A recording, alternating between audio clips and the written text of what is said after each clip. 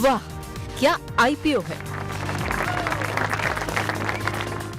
Primary market के action की ओर बढ़ रहा हूँ सर मैं। 9:45 चूंकि हो चुके हैं, तो आपको जो शैडो फैक्स की लिस्टिंग हो रही है, जिसको लेकर काफ़ी उत्सुकता है सबके मन में।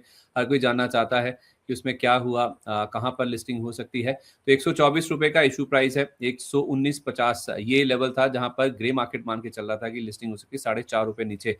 आप ना एक बार क्या करिए, इसका ट्रेंड देख लीजिए कि कैसे ये नीचे आता हुआ दिखा है ग्रे मार्केट का जो प्रीमियम है। मैंने कल भी इसको हाईलाइट किया था। इनफैक्ट कल जब हम बात कर रहे थे ना सर, मेरी आपसे कल भी बात हो रही थी, ये ₹4 नीचे हो गया। 24 तारीख को ये जो छुट्टियाँ 3 बीती है ना, उसी में ये नेगेटिव हुआ। पहले ये ज़ीरो हो गया था, कहाँ ये ₹15-16 के आसपास से शुरू हुआ था और नेगेटिव हुआ ₹4। अब ये ₹4.5 नीचे ग्रे मार्केट मांग के चल रहा था। ये ₹119.50 पर लिस्ट होगा, लेकिन उसके भी ज़्यादा नीचे ₹112.60 पर प्राइस सेटल हुआ है एनएसई में। एक बार भाव भी दिखा दीजिए पॉसिबल।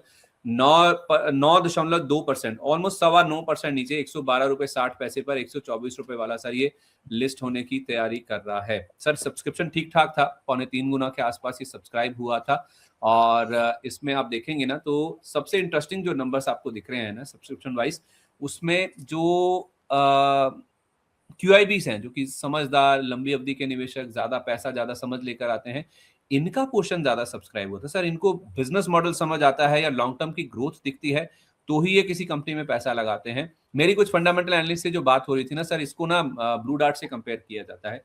तो वो लोग कह रहे हैं कि वैल्यूएशन वाइज़ देखा जाए, तो ये शेयर महँगा है। इसलिए आप देखेंगे तो ज़्यादा कुछ एनआईआई की ओर से बढ़िया रिस्पॉन्स नहीं देखने को मिला था, जो केवल लिस्टिंग गेन के लिए पैसा लगाते हैं। लेकिन संस्थागत निवेशकों को ये समझ आया है सर।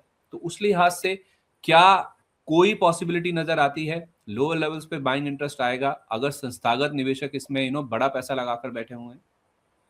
देखिए, बहुत सारे स्टॉक्स में संस्थागत इन्वेस्टर्स ऑलरेडी पोजीशन बना के रखा है, लेकिन फिर भी स्टॉक सर नीचे आता है।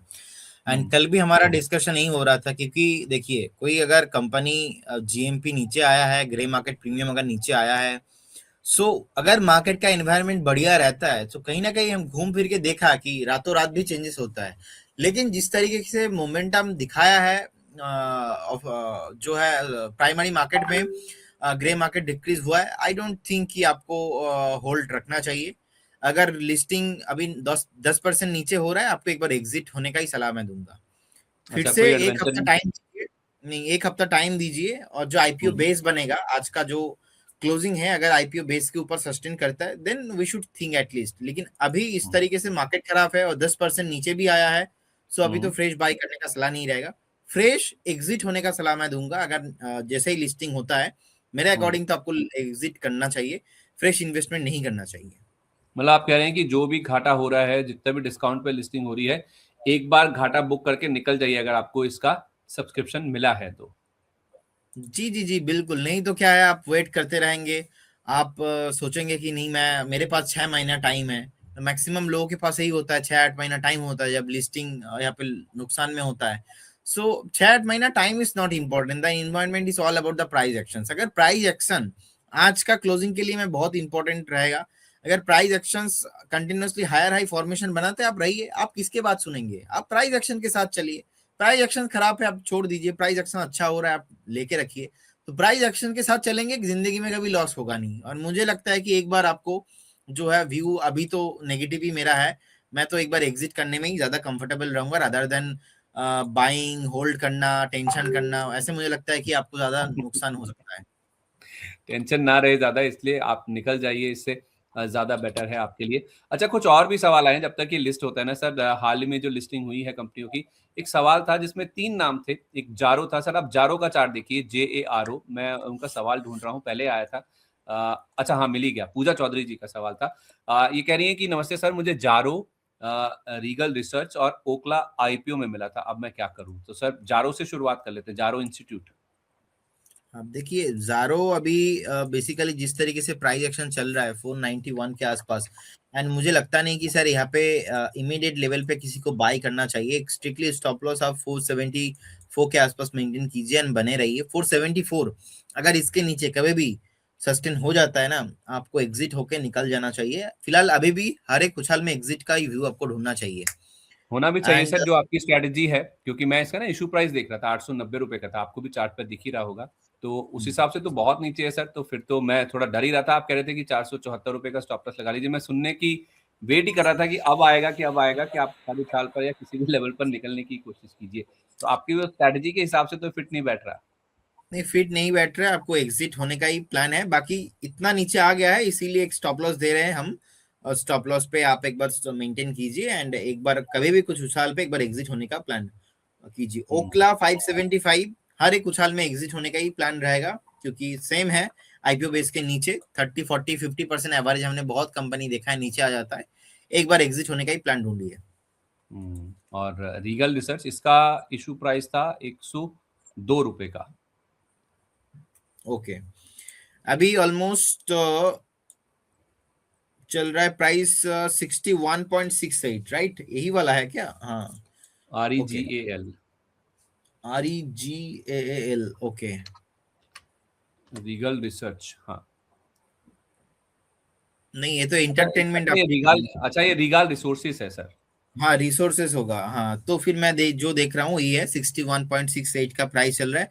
यहाँ पे भी सर कंटिन्यूअसली एक लोअर लो फॉर्मेशन है। इनफैक्ट 10 5 डेज मूविंग एवरेज के नीचे ही ट्रेड हो रहा है कंटिन्यूअसली। चार्ट खराब है, मुझे लगता है कि एक बार उछाल में हमें एग्जिट का प्लान ही ढूंढना चाहिए। ऐसे स्टॉक्स में पैसा बनता नहीं है, अल्टीमेटली जितना वेट करेंगे उतना ही आपका पैसा जो है वो डिस्ट्रॉय होता रहेगा। तो ऐसे स्टॉक्स में कभी भी कुछ उछाल पे एग्जिट होना है, करेंट जोन से भी एग्जिट होने का ही प्लान आपको ढूंढना चाहिए जी। ठीक है, तो जो आईपीओ प्राइस के नीचे है उनमें तो फिर आपको एग्जिट करना ही है, ये राय आपके लिए रहती ही है। इस बीच आपको बता दूं कि लिस्टिंग हुई है 112 रुपए 60 पैसे के दाम पर, जैसा एक्सपेक्टेड था, जहां पे हम मान भी रहे थे। जो इशू प्राइस पे, जो सेटलमेंट प्राइस था हमने जो 945 पे देखा था, उसी के हिसाब से 112 रुपए 60 पैसे पर ये लिस्ट हुआ है। एनएससी के मैं प्राइसेस आपके सामने रख रहा हूँ, और उसके बाद आप देखेंगे ना तो कुछ उथल पुथल जरूर स्टॉक में हुई है। लो लेवल से कुछ बाइंग इंटरेस्ट भी बना है 112 रुपए 60 पैसे तक निकलने के बाद या फिर टूटने के बाद ये अब 4.25% के आसपास की गिरावट इसमें बची है। अब ये 118 रुपए 71 पैसे के आसपास ट्रेड कर रहा है, हालांकि 119 रुपए 33 पैसे का हाई भी इस स्टॉक ने टच किया है। तो सर डिस्काउंट पर लिस्टिंग हुई, जितना ग्रे मार्केट मान के चल रहा था उसके भी नीचे लिस्ट हुआ, लेकिन उसके बाद बाइंग इंटरेस्ट लोअर लेवल से बन रहा है। अब मेरा सवाल उनके लिए सर जिन्होंने पैसा लगाया था और इनको आईपीओ नहीं मिला, या 124 वाला 112 के आसपास देख रहा है, मुंह में पानी आ रहा है, उनके लिए क्या राय होगी? मैं अभी फ्रेश बाय करने में कंफर्टेबल इसलिए नहीं हूँ because I need to check today closing. मुझे आज का क्लोजिंग बहुत ही इंपॉर्टेंट रहेगा। अगर आज का क्लोजिंग ये अभी 120 के ऊपर सक्सेसफुली हो जाता है तब जाके मुझे और 2 4 दिन लगेगा इसको कंफर्म करने में, लेकिन फ्रेश बाय करना अभी खतरों से खाली नहीं है। ओवरऑल मार्केट का एनवायरनमेंट बढ़िया है नहीं, होता है सम टाइम लिस्टिंग हुआ है, बहुत सारे लोगों को नहीं मिला है तो वो लोग भी बाई करके करते हैं। तो इसीलिए कोई भी कमेंट करना फर्स्ट 2 मिनट में ये बहुत ही डिफिकल्ट रहेगा। आज का हमारा जो स्ट्रैटेजी है, आज का क्लोजिंग ये बेस के ऊपर सस्टेन होना चाहिए। तो देखिए, दो तरह का व्यू है। अगर आप as a trader, as a listing gain के लिए आए थे तो आपको लिस्टिंग गेन नहीं मिला, उल्टा आपको 6-7% का घाटा हो रहा है यहाँ पे। तो एक काम कीजिए, आप मैक्सिमम ना आप एक प्लान बना लीजिए कि नहीं मैं पर्टिकुलर ना 12 से 15% ही नुकसान झेलूंगा, उससे ज्यादा नुकसान मैं नहीं झेलूंगा। अगर मैं करेंट जोन से भी 100 रुपीज के आसपास मान के चलता हूँ तो 15% होता है करेंट जोन से, तो आप 15% as a stop loss maximum ले सकते हो अगर आप थोड़ा एग्रेसिव पर्सनैलिटी के हो तो 15% पे एक स्टॉप लॉस मेंटेन कीजिए और बने रहिए स्टॉक के साथ। लेकिन उस टाइम पे आपको लिस्टिंग गेन या तो शॉर्ट टर्म ट्रेडर माना नहीं जाएगा, आप you will be considered as a investor. ये आपको ध्यान रखना पड़ेगा। आज मैटर अगर खत्म करना है अभी सो कर दीजिए, otherwise you will consider as a investors, and when you invest any kind of style you have to very clear about that कि you have to maintain your stop loss, और stop loss 100 पे आप एक strictly maintain कीजिए।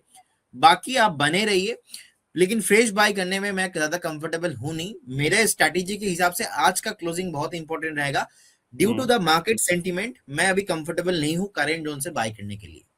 है तो 100 रुपए का स्टॉप लॉस लगा के बने रही, बशर्ते आप 100 रुपए का स्टॉप लॉस लगा सकते हैं और आप मान चुके हैं कि आप इन्वेस्टर हैं और लंबा इसको होल्ड कर सकते हैं।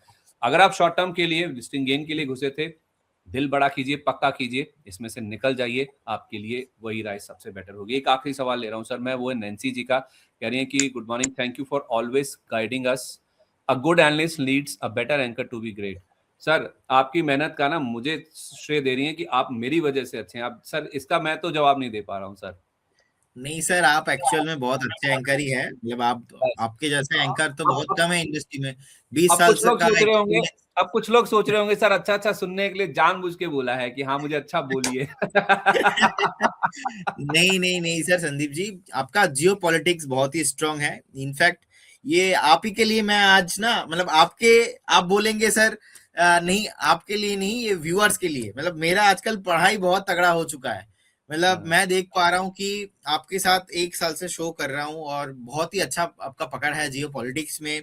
बहुत कुछ सीखा है, समझा है, और आपका एक्सपीरियंस बहुत ही बढ़िया है। मतलब 20 साल एक्सपीरियंस इस मीडिया पे बहुत कम लोग हैं, गिने चुने लोग हैं उनके पास ही है। तो आप इतना एक्सपीरियंस है, ऑब्वियसली लोगों को भी बेनिफिट मिल रहा है।